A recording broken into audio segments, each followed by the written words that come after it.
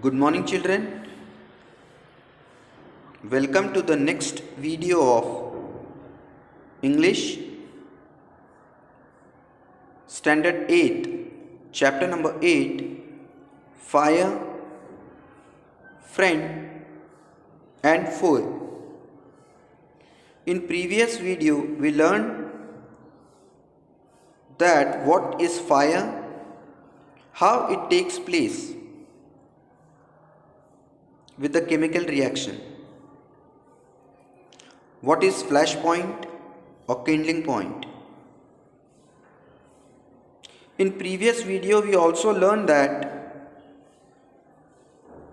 fire can act as a servant when it is used wisely to cook food, to keep our homes warm. But fire can be our enemy when it is out of control. Fire can damage houses, shops, even forests when fire is out of control. Then we learned that three things are very important for a fire. But if any one is also missing, fire will not take place. So now moving further, for example, we can take away the fuel. If the fire has no fuel to feed on, no burning can take place. We often let a fire die out simply by not adding more fuel to it. So if fuel is not added more, automatically the fire will die. The second way of putting out a fire is to prevent oxygen from reaching it. So the second method or second way by which we can put out fire is that preventing oxygen from reaching it. No supply of oxygen means no fire. Small fires can be put out or smothered. See the meaning of smothered? It is given there, suffocated from lack of air.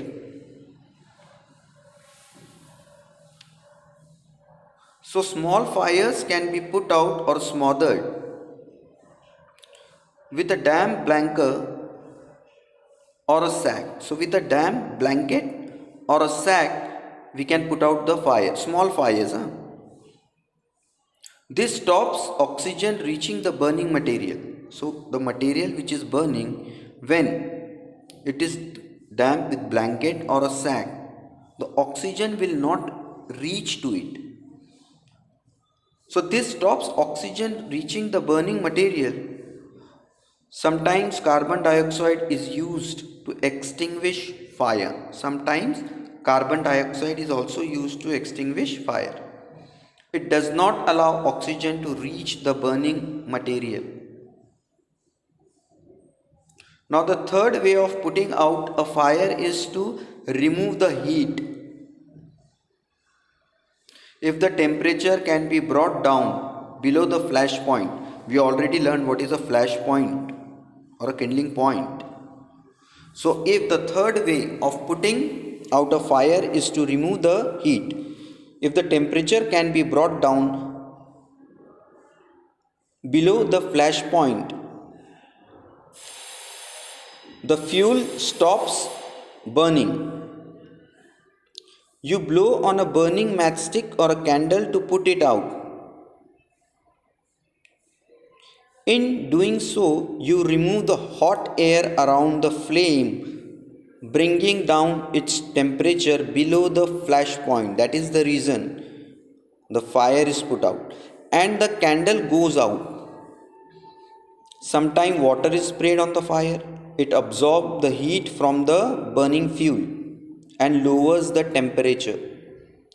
The blanket of water also cuts of the supply of oxygen and the fire is put out or the fire is extinguished. Some fires cannot be put out with water. So some fires are dangerous when they are put out with water. If water is sprayed into an oil fire, the oil will float to the top of the water and continue to burn. This can be very dangerous because water can flow quickly. And carrying the burning oil, the oil which is burning, carrying the burning oil with it and spreading the fire. So because of this, fire can spread on other places. So this can be dangerous, children. Water should also not be used on fires caused by electric appliances. Remember that whenever an electric appliance catches fire, it is dangerous to use water to put out that fire. Water should also not be used on fires caused by electrical appliances. The person spraying water might receive an electric shock and be killed.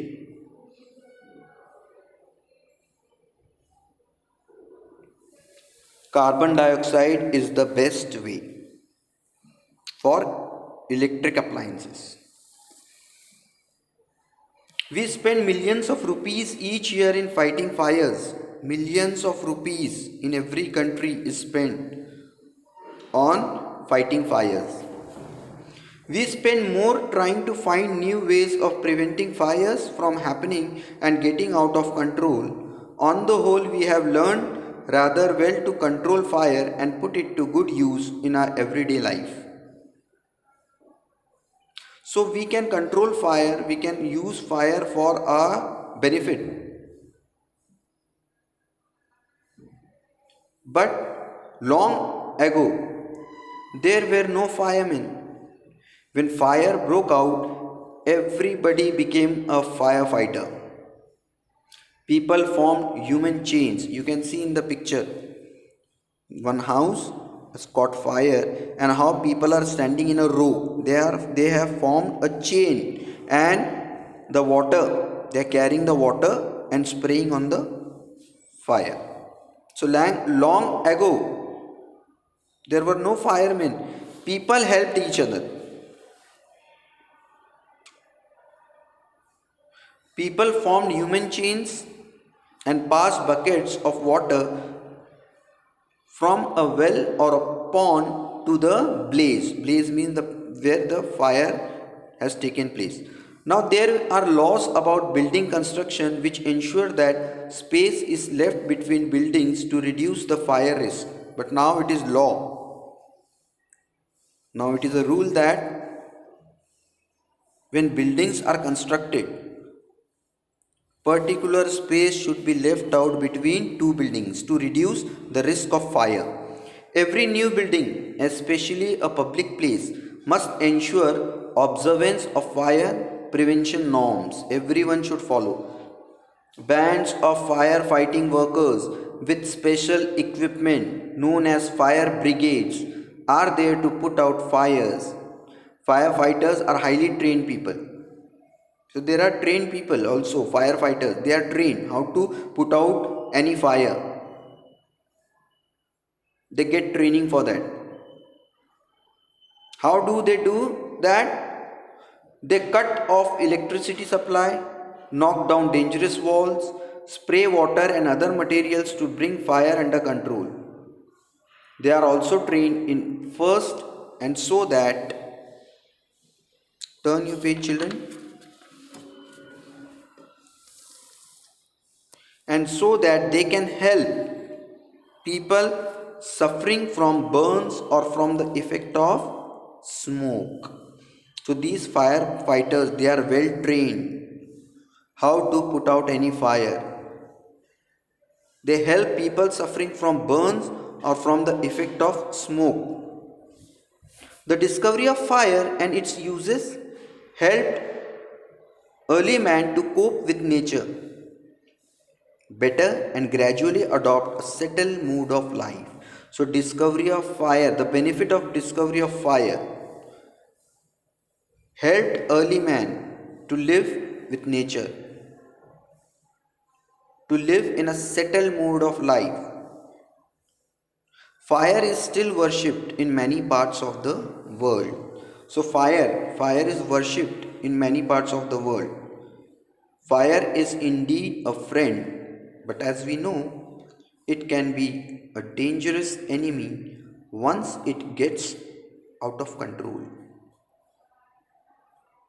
So fire can be a friend, but it can be enemy also if it is out of control. So here the lesson is over. Read the lesson with meanings and try to understand the lesson better. Thank you very much.